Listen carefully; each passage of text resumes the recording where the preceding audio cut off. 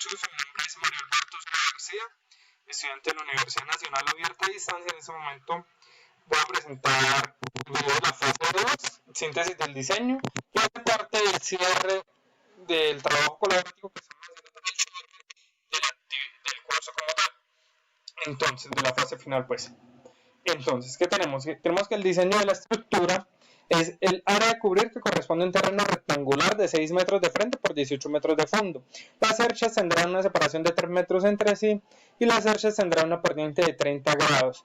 Se construirán con perfil de 0 a 36, ángulo de piernas iguales, L64 por 64 por 4.8. La ficha técnica la podemos encontrar en el apéndice B y C del libro guía de la unidad 2. ¿Cierto?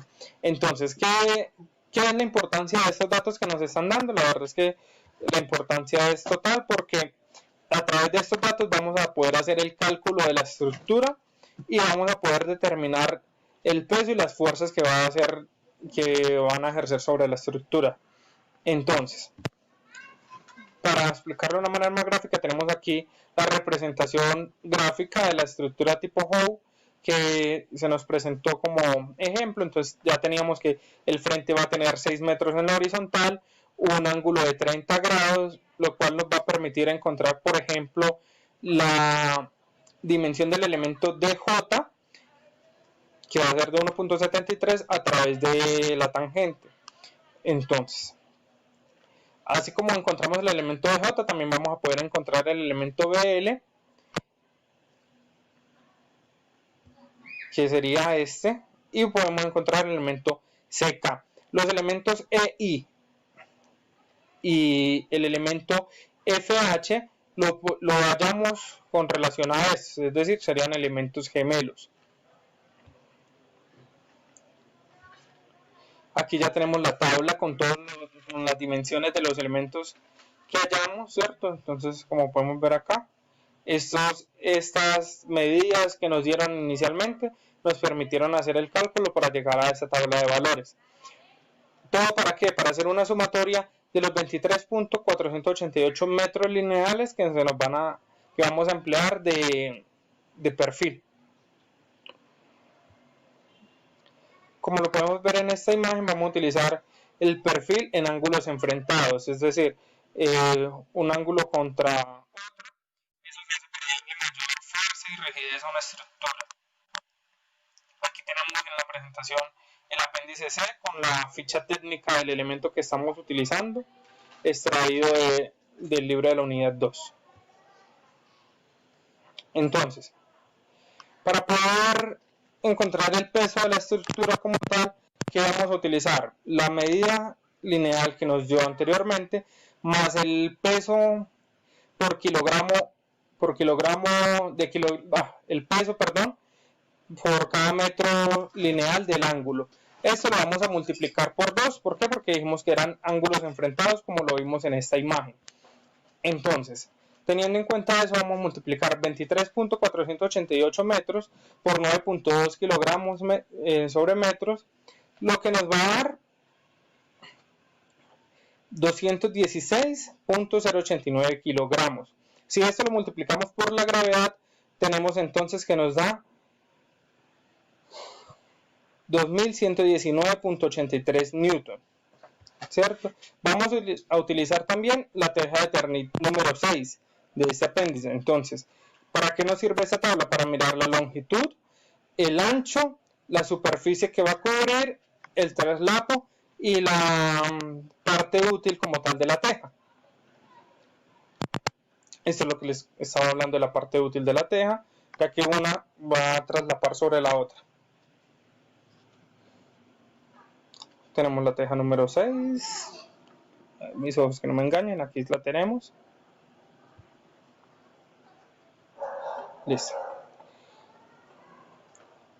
Según la imagen que vimos anteriormente, para la teja número 6 vamos a necesitar unas correas de celosía, ¿cierto? Las correas de celosía se colocan a cada teja y a la distancia, la longitud de la longitud útil, Por lo tanto, si tenemos que desde D a A irán 2 tejas, vamos a necesitar 3 correas de celosía.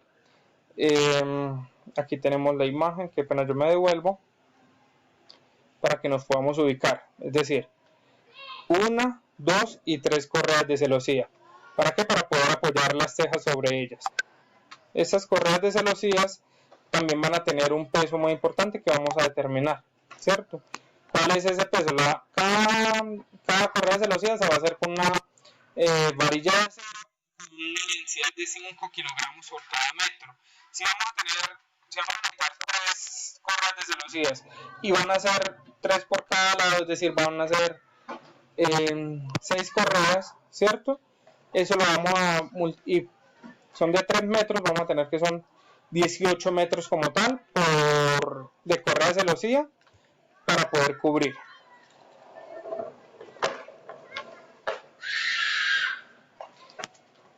¿Esto para qué? Para poder determinar las cargas, ¿cierto? Tanto las cargas vivas como las cargas muertas. Las cargas vivas se calculan teniendo en cuenta la masa de una persona por metro cuadrado a través del área de influencia. Es decir, como si tuviésemos a una persona trabajando en el tejado por cada metro cuadrado. Y las cargas muertas son el peso de la estructura, que sería el peso de las cerchas, la sumatoria de la longitud de las barras por la densidad lineal del perfil seleccionado, que fue lo que hallamos en un primer momento, y el peso de las correas, que sería la sumatoria de los 18 metros de correas de celosías por los 5 kilogramos que pesan por la gravedad. También tendríamos que tener en cuenta el peso de las tejas, ¿cierto? Que sería el número de las tejas del área de influencia por el peso de la teja. Entonces, ¿cuántas tejas vamos a utilizar? ¿Y cuánto pesa cada teja? Vamos a utilizar 13.72 tejas y eso lo vamos a multiplicar por 17.66 kilogramos, que es el peso o la masa, perdón, de cada teja para poder multiplicar eso por la gravedad y determinar el peso o la fuerza que van a ejercer, que en este caso sería de 2.376.9 newton. Y las cargas por viento, que como nos lo proponía el ejercicio, vamos a utilizar el viento estándar de la ciudad de Cúcuta, que son 10 metros por segundo para una presión dinámica del viento. Entonces, ¿cómo es la fórmula? Sería las cargas de viento, que sería igual a la presión dinámica del viento por el área de influencia. La presión dinámica del viento es igual a 1/2 de la densidad del aire por la velocidad del viento. Entonces tenemos que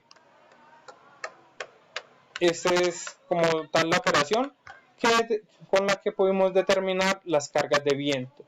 Para poder hallar entonces la carga total, que serían la carga viva más las cargas muertas, la sumatoria, lo que nos daría este resultado de acá, que lo podemos resumir como 21 kilonewton, ¿cierto? ¿Cuánto es esto? Son 20.899.501 newton. Por eso lo resumimos como 21 kilonewton. Esta es la carga total sobre cada una de las cerchas, teniendo en cuenta el área de influencia que tienen, ¿cierto? Entonces, ¿cuál es el área de influencia? La vamos a ver aquí rapidito. Es este espacio entre cercha y cercha.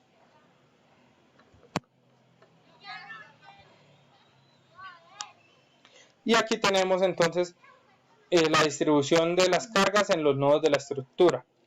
¿Cuáles son los nodos? Cada punto de estos.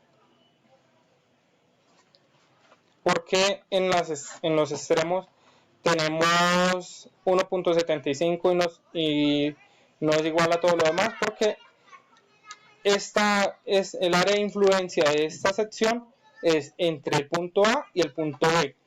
Entonces entre las dos hacen una carga de 3.5 kilonewton, mientras que el punto A pues a la izquierda mía, ¿cierto? La izquierda en la pantalla no tiene contra quién, no tiene otro peso. Igual en el punto G. No siendo más, muchísimas gracias por la atención prestada. Hola, buenas noches, apreciados compañeros y tutor. Mi nombre es Hamilton Serna Tavares. Pertenezco al CEA de Medellín. Soy ingeniería industrial. Bueno, en esta asignatura de estática y resistencia de materiales del grupo 172 les voy a compartir o les voy a explicar la fase que nos tocó a nosotros, o a mí en este caso, que es la fase 3. Bueno, en la fase 3 digamos que vamos a explicar las fuerzas internas de cada una de las barras de la cercha asignada utilizando el método de los nodos y clasificación como, como de tracción, compresión y fuerza nula, ¿cierto? Haciendo los diagramas de cuerpo libre y cada nodo pues resolviendo detalladamente. Introduciéndoles una tabla de resumen que ahorita se las vamos a mostrar. El segundo punto es tomar un tramo de la estructura, digamos que el tramo va desde A a G, que involucre solo dos o tres nodos y calcular la fuerza interna de una de las barras utilizando el método de secciones, ¿cierto? Entonces ahorita lo vamos a ver que es la última hoja de cálculo y utilizando estos resultados como criterio de verificación a los valores encontrados para la misma barra por el método de los nodos, ¿cierto? Entonces, a grosso modo vamos a hacer un resumen de lo que vamos a hacer. Digamos que primero vamos a extraer o vamos a sacar la sumatoria de las fuerzas. Lo segundo es que vamos a comenzar con el diseño de una porción para cada nodo. Entonces, recordemos que una porción puede ser entre AL, LK, KJ, ¿cierto? El tercer punto es que vamos a revisar las fuerzas internas de cada nodo. El cuarto es cuando ya pues tengamos todas las fuerzas internas, las vamos a acomodar o las vamos a agrupar en la tablita pues que vimos en el punto 1. El quinto punto que vamos a hacer es saber, digamos que vamos a determinar si es una compresión o una tensión. Digamos que hacia donde va la fuerza, esta sería la compresión y si sale es una tensión. Por último vamos a comprobar todo lo que es el método de las secciones, ¿cierto? Entonces nos vamos a ir, aquí ya tenemos pues como en la gráfica explicativa los nodos y ya calculamos digamos que las fuerzas, ¿cierto? Entonces vamos a decir que pues digamos que el cálculo de las reacciones es una sumatoria de fuerzas entre X y luego se pasa a hacer una sumatoria de los momentos de las líneas inferiores, ¿cierto? Entonces, ¿cómo vamos a iniciar los nodos? Digamos que los nodos se inician con el cálculo de los valores de las fuerzas. Digamos, a cuáles fuerzas, las que están sometidas pues los elementos, ¿cierto? Que eso ya nos lo habían explicado en el video del tutor. Por el método de los nodos. Este método, digamos que es aplicando las partículas en cada nodo, como lo mostramos ahorita, ¿cierto? Teniendo como cuenta que pues, la estructura es simétrica, ¿cierto? Como lo estoy mostrando aquí en la pantalla, se calculan los nodos por tramo, ¿cierto? Entonces del nodo A al L, del L al K, al KJ, al J al L y al H y al G, ¿cierto? Posteriormente los elementos gemelos de la parte derecha tendrán los mismos valores de fuerza, ¿cierto? Digamos que posteriormente a esto, la sumatoria de fuerza en X, que es positiva hacia la derecha, y se tomarán la sumatoria de las fuerzas en Y positivos hacia la dirección de arriba, ¿cierto? Todos los elementos están en una tensión, ¿cierto? Para esto vamos a dibujar como las fuerzas de cada elemento saliendo de los nodos. Si el valor resulta negativo, como lo dije ahorita, es una fuerza de compresión. Si es negativo, es una fuerza de compresión. Y si el valor resulta positivo, significa que es una fuerza que está en tensión, ¿cierto? Entonces colocamos las ecuaciones X en Y y el equilibrio de las partículas de cada nodo y solucionamos por el método de eliminación de Gauss-Jordan para un sistema básico que es el sistema 2×2. Bueno, entonces aquí vamos a ver el tema de cómo están configurados pues, los ejercicios de cada nodo. Digamos que el nodo A entonces arranca con una fuerza, una sumatoria de fuerzas en cero, que termina pues arrojando un resultado de una compresión en el tramo en el tramo AB y una tensión en el tramo AL, es decir, una compresión en el AB, una tensión en el AL, ¿cierto? Así pues seguimos pues con el nodo B al K, que evidenciamos que pues, se efectúa nuevamente con una sumatoria de fuerzas en Fx que es 0 y una tensión en F igual a 0, ¿cierto? Entonces la tensión inicial aquí sería de 12 positiva y la tensión en el nodo K6 sería 1.75, ¿cierto? Del nodo C al D tenemos unos factores de compresión, ya los valores son negativos, como lo estamos indicando en la tabla. Digamos que hay una fuerza ya negativa que está de manera hacia abajo, diagonal, como lo está mostrando la gráfica, con unas inclinaciones de 30 grados. Entonces, desde el FS tenemos ya un factor negativo hasta el B y C, ¿cierto? Como lo estamos mostrando acá, perdón, hasta el CJ. Los dos valores serían negativos, serían el nodo, ya arrancando con el nodo D, ya tenemos una compresión pues que continúa negativa, pero ya tenemos una tensión positiva. Ya aquí en la tabla de resumen, pues lo que hablamos ahorita se trata como de agrupar todos los tramos y las fuerzas donde se clasifican ya, por ejemplo, los tramos AB con un factor de compresión. Digamos que en la clasificación en algunos tramos, en unos pocos tramos, la tensión, perdón, la fuerza es nula, como en los tramos BL y FH, ¿cierto? Pero sí tenemos principalmente unos factores de compresión en la mayor parte de los tramos, que serían el de la AB a FG y de BK más o menos el FE y CJ hasta el D, ¿cierto? En el método es el de sección, ¿cierto? Como lo vemos aquí, pues ya aplicamos la sumatoria de todos los momentos alrededor del punto B, ¿cierto?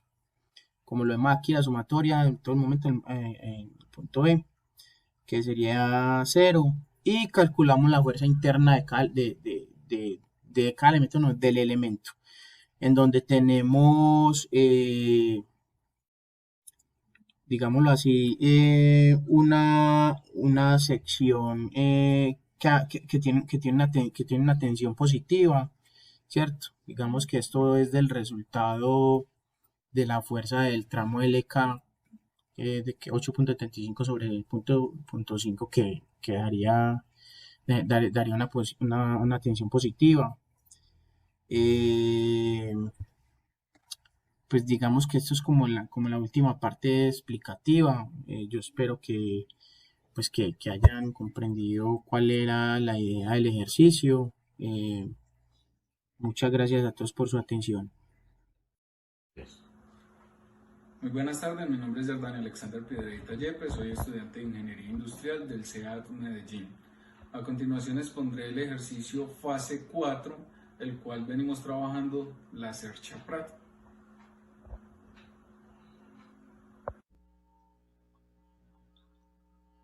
De acuerdo a las fases anteriores, continúo realizando la exposición de la fase 4, donde debo hallar o calcular los esfuerzos para cada una de las barras asignadas y clasificarlos como tracción o de compresión. Entonces, anteriormente ya habíamos hallado la fuerza en cada una de las estructuras y la tensión o compresión que se ejercía en cada una de cada uno de estos nodos. Entonces, para calcular estos esfuerzos normales de cada una de las barras, primero debemos desarrollar este ejercicio observando las características del perfil, de acuerdo al libro pues, de mecánica de materiales, el cual tenemos la siguiente estructura y los siguientes ángulos. Entonces tenemos que el área al revisar el libro, son dos perfiles, que tenemos un área de un solo perfil que son 581 milímetros cuadrados, y al convertirlos tenemos que son 0.01162 metros cuadrados.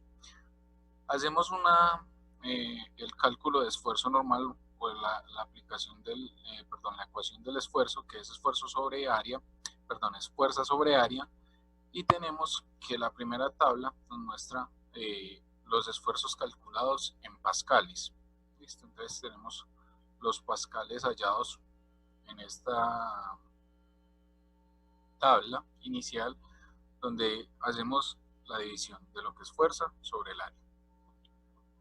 Ahora, para hallar nuestro factor de seguridad tenemos la siguiente ecuación. El factor de seguridad se saca de la resistencia de la afluencia sobre el esfuerzo. Entonces, de la tabla de materiales obtenemos la resistencia de la afluencia, que son 250 megapascales.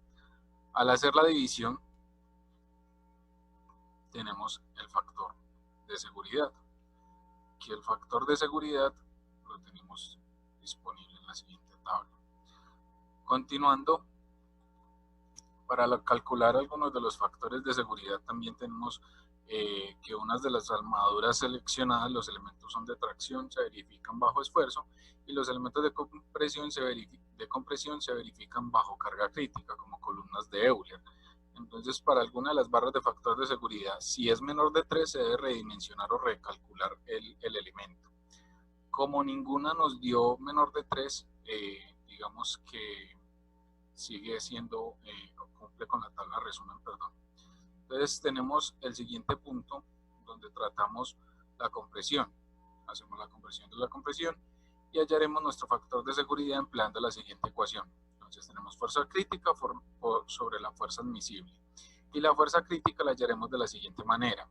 La fuerza crítica es pi por pi, por el módulo de elasticidad, por el momento de inercia, sobre la longitud por longitud. Tenemos la siguiente tabla, ¿cierto?